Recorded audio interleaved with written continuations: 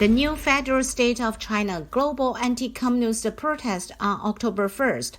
It is the most important day of our new Federal State of China.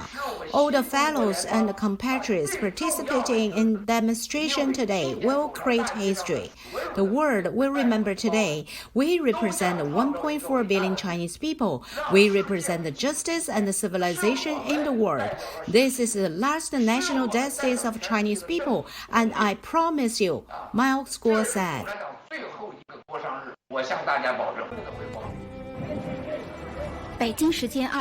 Today is October 1st, 2020, Beijing time. It is a special day. It is the traditional Chinese Mid-Autumn Festival.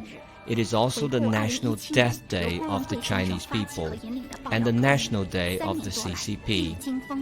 Looking back on the whistleblower movement initiated and led by Mr. Milesguo in 2017, after 3 years of hardship, millions of comrades all over the world have joined.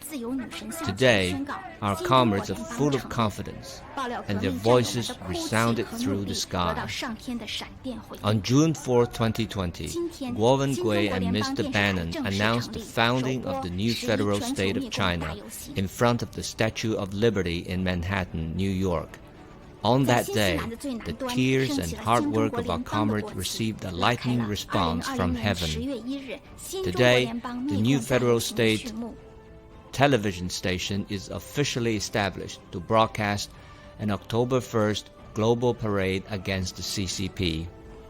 At the southernmost of New Zealand, the national flag of the new federal state of China was raised, kicking off the parade of the new China Federation on October 1st, 2020.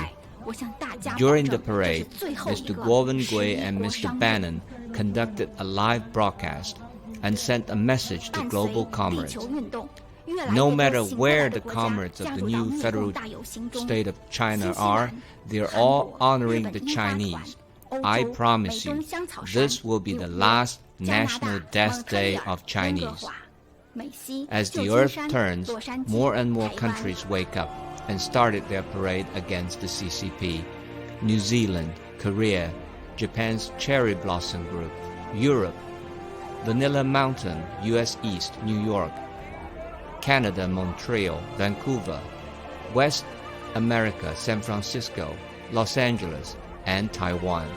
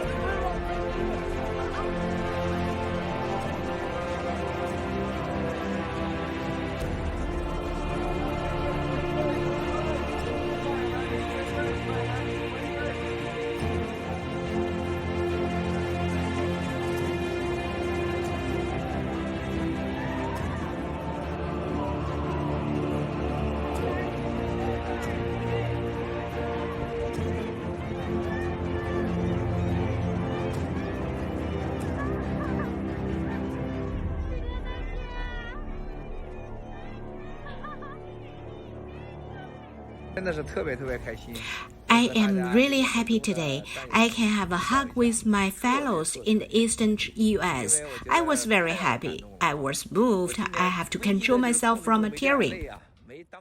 The CCP is shamelessly promoting economic cooperatives again.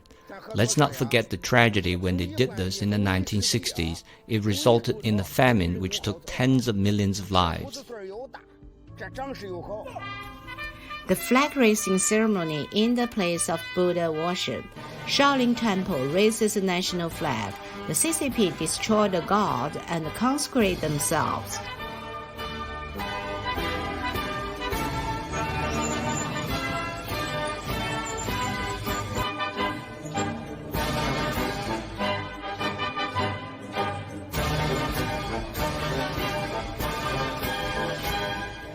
Six of CCP's billion-dollar microchip projects have all ended in disastrous failure.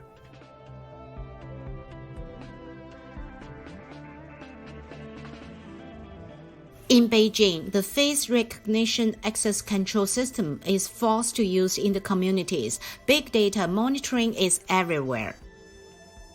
The Global Times reported that the U.S. military dispatched 5 aircrafts to the South China Sea in one day to deter the CCP. The CCP brainwashed the Chinese people with the slogan, "The virus is not terrible as long as we listen to the CCP." To cover up the truth, the CCP completely blocked videos showing young soldiers crying at the border when they refused military service. Be a thug for CCP and will be abandoned when you stop. A police chief in Mongolia was sentenced to be the leader of the underworld. On October 1st, 2020, a luxury motorcade donning CCP's blood flag and piloted by second-generation CCP princelings appeared on the streets of Manhattan, New York, in the U.S.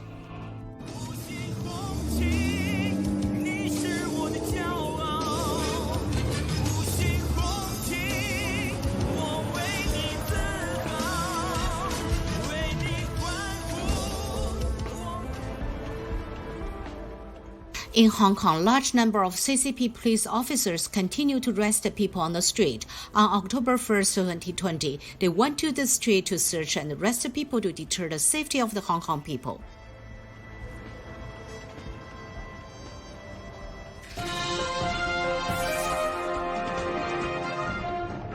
Now, Indian Vice President Venkaiah Naidu has tested positive for COVID-19. According to reports, the leader is currently asymptomatic and in good health. His wife, Usha Naidu, also underwent a test and she has tested negative and remains in isolation as of now. A statement from the office of the Vice President said, and I quote, "The Vice President of India, who underwent a routine COVID-19 test today morning, has been tested positive. The Vice President has been advised home quarantine as of now." David, it was interesting. I'm not sure if you heard Theresa Kong's views earlier. Basically, she said, it doesn't necessarily signal impending disaster, that Evergrande needs to decide what it wants to be when it grows up. Let me get your views. How serious is this situation? Well, so the situation now, and the reason markets reacted quite badly on Thursday, with the stock, I think it was down 6%, the most since May, or the lowest level since May, is that, we were able to see a letter. It was dated August 24th, so about a month ago. And the letter was from the company. It sent it to the Guangdong government. And essentially, it was outlining a worst case scenario and mapping out what kind of situation that was. So I guess that's the first point. There was an incentive here from the company to obviously paint a fairly bleak picture in order for it to get what it wants, which is really support for a restructuring. So what's going to happen is there's a deadline, January 31st. That's when strategic investors are allowed to exit. Now, if it does get the restructuring, and part of that might lead to it being able to list, it then averts a cash crunch. If it doesn't happen, it might be facing $19 billion. That's a payment it needs to make to those investors, and that's about 90% of its cash. And that's really gonna dry up its balance sheet.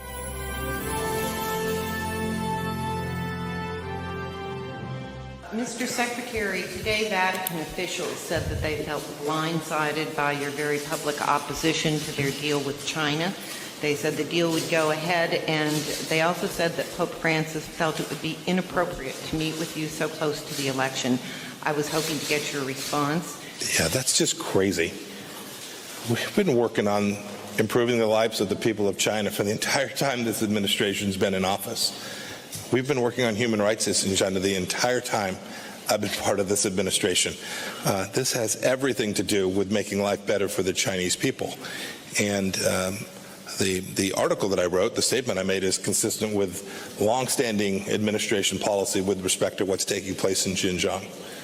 We want every institution to use its authority, its power, to make the lives for what is the greatest human rights violation ongoing in the world. And we want every institution to use their power. I happen to think that churches, and the Catholic Church included, have enormous capacity. It is. I wrote that piece to honor the moral authority of the Catholic Church and its capacity to influence and make things better for people all across the world. They have historically stood with oppressed peoples all around the world. And so that was the piece was written, and our policy has been all along to bring every actor who can benefit the people of China to take away the horrors of the authoritarian regime the Chinese Communist Party is inflicting on these people. That was our mission set, and it will remain our mission set. It's been so long before the election, it will remain so after the election. House Republicans' China Task Force releasing a new report which addresses the Chinese Communist Party's, quote, malign global agenda. The report outlines a blueprint for bipartisan actions Congress and the administration can take to address the threat of China. We didn't hear a lot of China last night. I'm glad you're releasing this report this morning. Tell us what's most important. You know, we tried to do this task force bipartisan, tried to do it more than a year ago, and actually Nancy Pelosi agreed to it, and right before we announced it, she backed out. This is long before COVID. And the one thing that we've learned, I think, three major items that come out of this. 60% of all the ideas out of here are bipartisan. We need to change our supply chain, not just for medical, but every other element of what we deal with within China. We need to innovate when it comes to the DoD, especially with AI, something that you have focused a lot on, Maria, and hypersonics and others. And then we've got to refocus when we look at the Treasury Department. They have a team there for Iran and for North Korea, but they have no team in there, especially when it comes to sanctions, when it comes to China. You know how much they've been stealing from us. So the modernization and the preparation that we need, especially after what we've learned from COVID when it came to the supply chain, you should apply that to almost every element that we have within government of how far behind we were. And we cannot allow China to continue to do that to us in the future. We want things to be made in America, not made in China. The virus is made in China, but we want manufacturing and jobs made in the United States of America. This is the greatest challenge, both militarily and economically, in our generation. For my dad, it was World War II. Growing up, it was a Cold War, 9/11. This generation, this is the biggest challenge we have.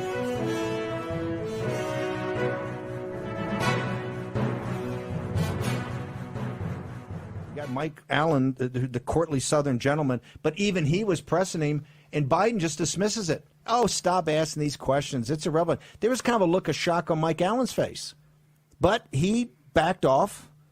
But Joe Biden is adamant.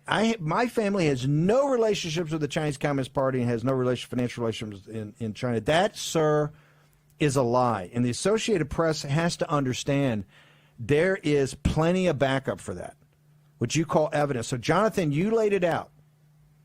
There's no evidence. So I assume, sir, when you see the evidence, you've already heard testimony. It's kind of the addendum to the Johnson investigation. That came from testimony and from depositions. They just didn't kind of make that up. It came from somewhere. They may not have all the documentation, but there's documentation out there. Oh, yes, there's documentation. And let's be frank about it. They're in business with the worst part of the Chinese Communist Party, CEFC, right? China Energy. And CEFC is China Energy Funding Committee, okay? Hunter Biden and the brother and the family, they're in partnerships. They're in partnerships in New York City, in real estate partnerships, a thing called Hudson 3 West, senior members of the Chinese Communist Party. And the Chinese Communist Party is providing the funding. They're providing the cash. The Bidens are kind of like the finders.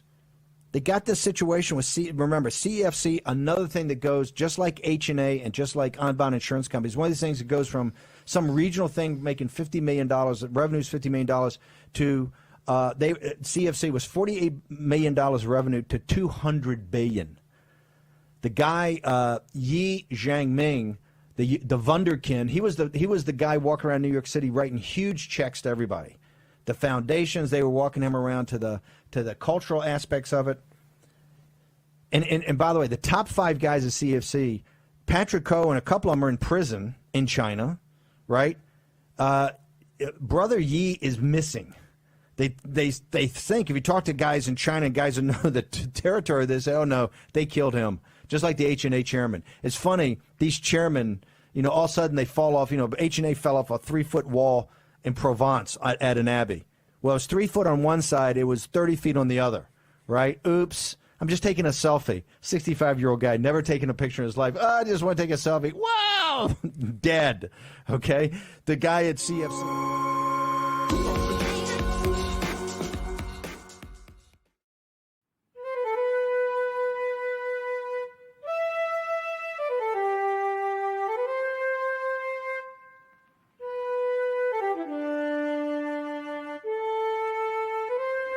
Mama, 我们的哭泣一直感动了天意，感动了天意。妈妈，我们的哭泣一直感动了天意，感动了天意。Dear Mama, are you okay over there? Your son is crying and missing you. It sees you in his dreams. You said take down the CCP, 'cause it's God's will. It's God's will. So I'll wait for you and I'll see you when we end the CCP. Yeah. So they take our lives over and over and over and over again. So I'm putting up a fight to protect my family. Let's take down the CCP. They might have made a virus, but the virus is standing, screaming no more death, 'cause together we stand. It's just you and me. It's just you and me. Taking down the CCP. They might have took our parents, but they can't take our hearts, 'cause the love we have shines so bright in the dark. It's just you and me. It's just you and me. Taking down the CCP.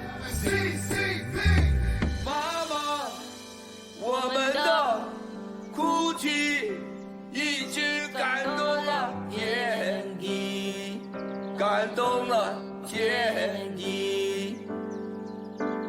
妈妈，我们的哭泣一直感动了天意，感动了天意。I got a million things I wish I could have said to you, but I'll start with I'm so proud. Yeah, you're doing the things that should have been done a long time ago.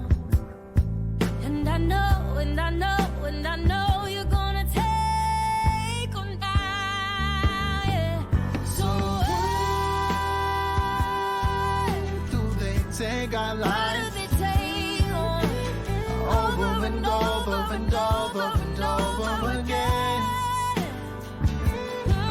So I'm putting up a fight to protect my family.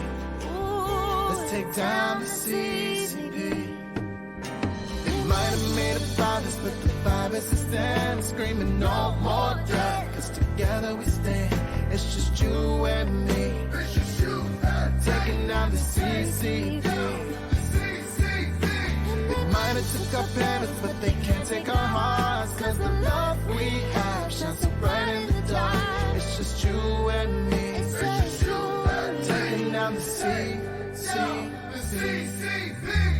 妈妈，我们的哭泣一起感动了天意，感动了天意。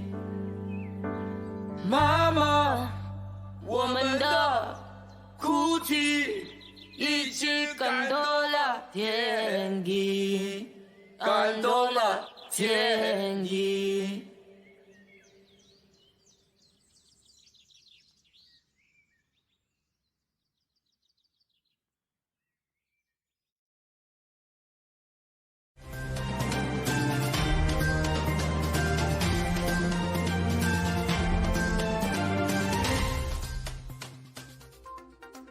More than 206,000 people have died from coronavirus in the U.S. New York sees startling uptick in COVID-19 cases in Orthodox Jewish neighborhoods. New Jersey's COVID-19 positivity rate rise to 3%. COVID-19 numbers continue to climb in Paris region. Spanish government imposes strict coronavirus restrictions on Madrid. A total of 168 countries join UN's COVID-19 vaccine plan as UK, Canada, and Germany pledge nearly $1 billion in funds. Southwest Airlines discloses additional $96 million in payroll support from U.S. government. U.S. airlines urge to delay layoffs. Relief deal might be in sight. U.S. economy plunged 31.4% in Q2, big bounce back expected.